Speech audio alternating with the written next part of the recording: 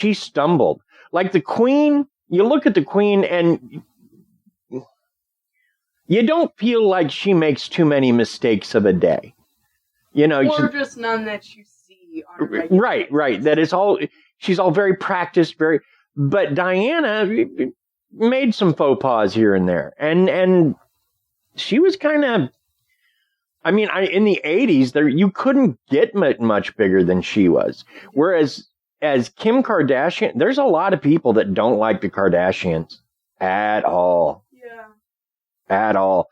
And some of that goes back to their dad helping OJ get off, but some of it is just, you know, they're queens of the reality, and a lot of people don't like reality television. Yeah, I can see that. As well as that, I kind of like when people are really filtered, because it's nice to act like yourself, and if you act like yourself, you're more likely to get. It's like been scientifically proved that if you act like yourself more often, maybe you might get more people attracted to you. Because they like your so-and-so aura. Or whichever one you say.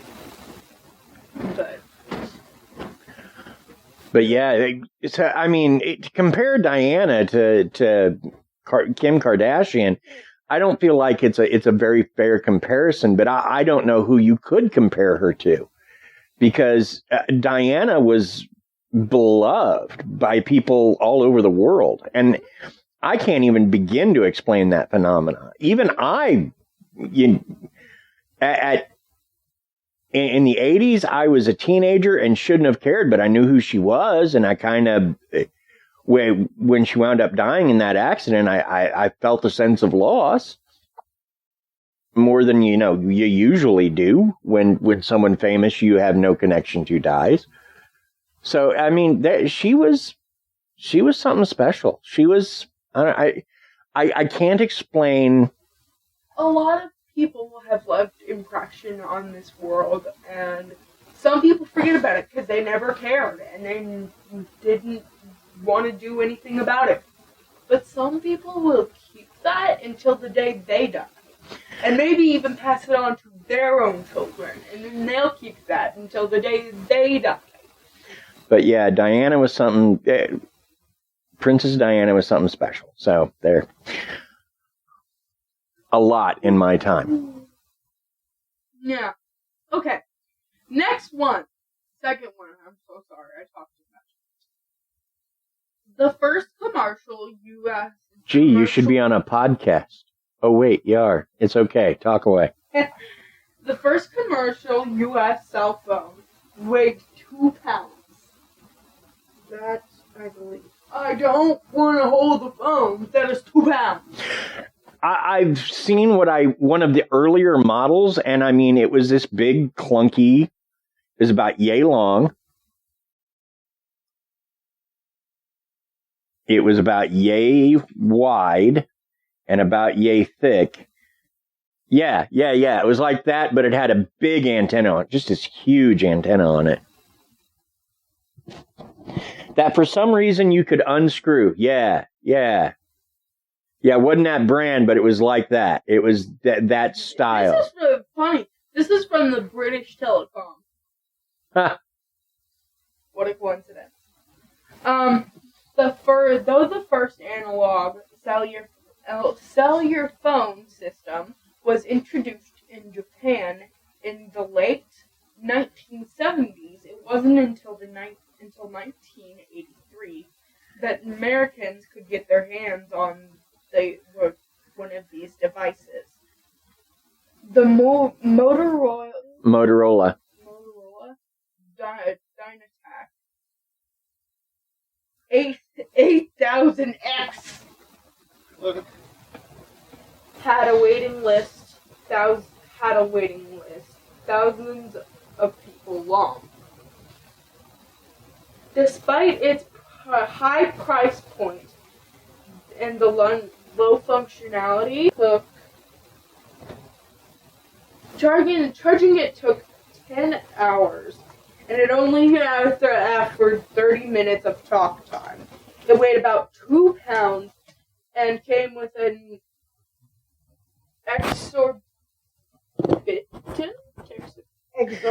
exorbitant price tag.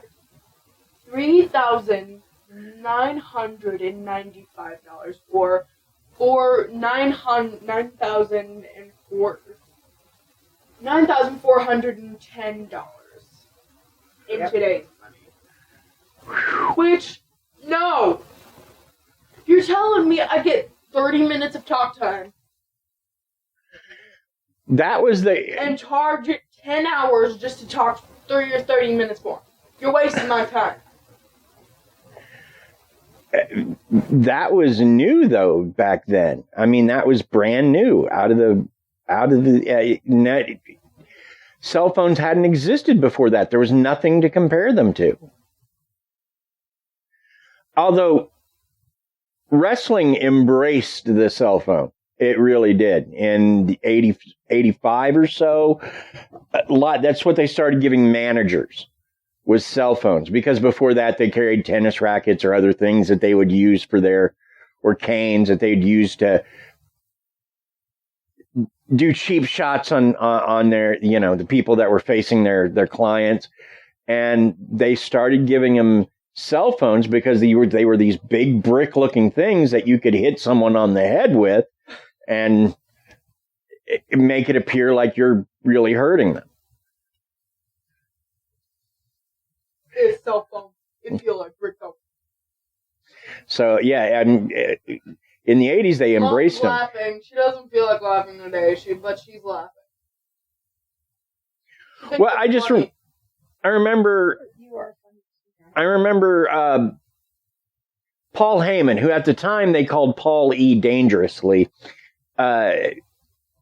When I first saw him as a manager, he had a cell phone that he used like that. And then Slick had one. There was a WWE manager named Slick that had one. And I want to say there's a couple others that I saw, but from like 85 till about, 87 maybe. Because at that point they started to shrink enough that they no longer looked good. Because it would be like if I took my cell phone now, or yours, and tried to hit you almost wouldn't be able to see it in someone's hand. No, the other cell phone would be like, boom. This one would be like, pop.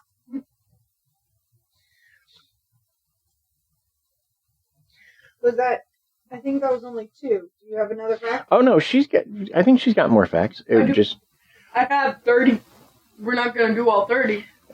Yeah, I was gonna say, this is gonna take some getting into for this episode. So, Customs agents seized 20,000 counterfeit Cabbage Patch dolls in 1984. That I believe. You believe everything here. Well, I lived through it, so that helps. Oh. I thought you were 20 for some reason. I don't know why. Is that offensive? That I'm 20? No.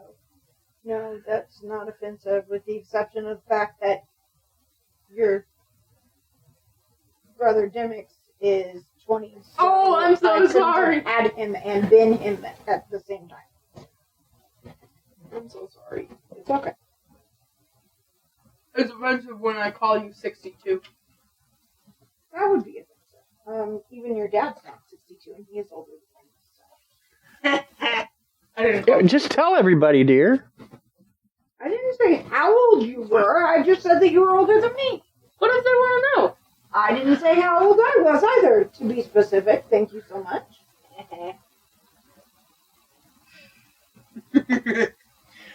And Cabbage Patch dolls were the first. Cabbage Patch dolls and Super Soakers were the 2 big ones that I remember being just insane. Yeah, Cabbage Patch dolls were the first thing I remember being insane that I didn't understand. Like, I guess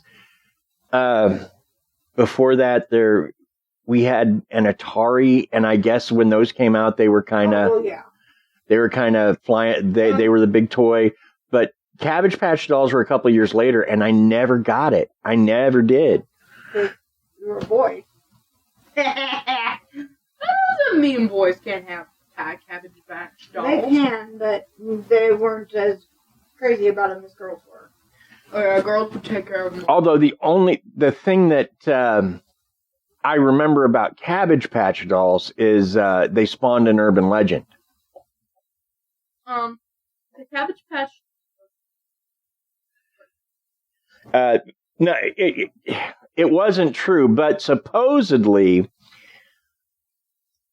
if you like washed your Cabbage Patch doll and it fell apart or something, and you sent it back to the company to try to get them to fix it, what they would do instead would send you a death certificate for your doll. It wasn't true, but a lot of people. Let me go buy a Cabbage Patch doll. Wasn't true, but a lot of people believed it. It was an urban legend, and it's, yeah. Can you fix it, please?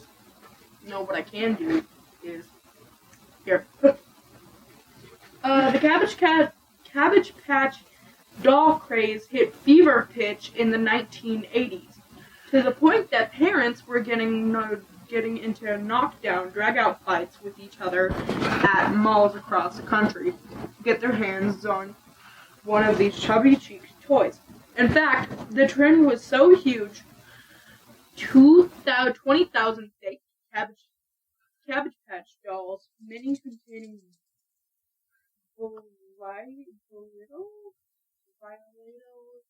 volatile patch dolls. Many contain compounds that generally don't make their way into doll stuffing were seized by customs agents before Christmas in 1984. Mm-hmm. So that's interesting. You didn't have to buckle up until 1984. It wasn't a law until 1984? Nope. As crazy as it may sound, you weren't legally required to use your seatbelt in the car until 1984. While seatbelts had to be included in personal vehicles.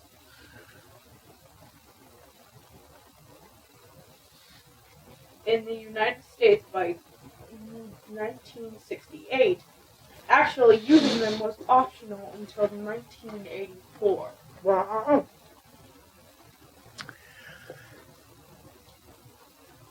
And I want to say in 84, like they still couldn't stop you for not wearing a seatbelt. They could ticket you if you weren't wearing a seatbelt and they stopped you for something else, but it wasn't an offense they could stop you for. And I want to say it was a couple years later that they were like, no, now we can start stopping you for that too. Right. So, that's pretty cool.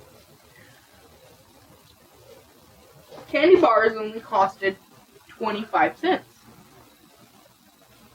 While kids today may be used to shelling out $1 or more for their favorite sweets, children of the 80s had a good thing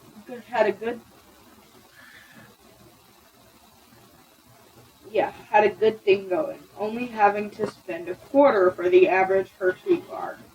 According to the New York Times, in fact, even adjusted or inflation, that only comes out to be 75 cents in today's dollars. Wow.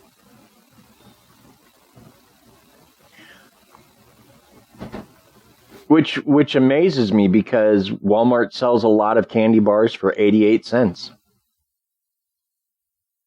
Now, some are more expensive, like $1.79 or whatever. Sometimes I just sit in my room and I'm like, I want a Kinder Bueno. Yeah. So I go on Walmart, and I started looking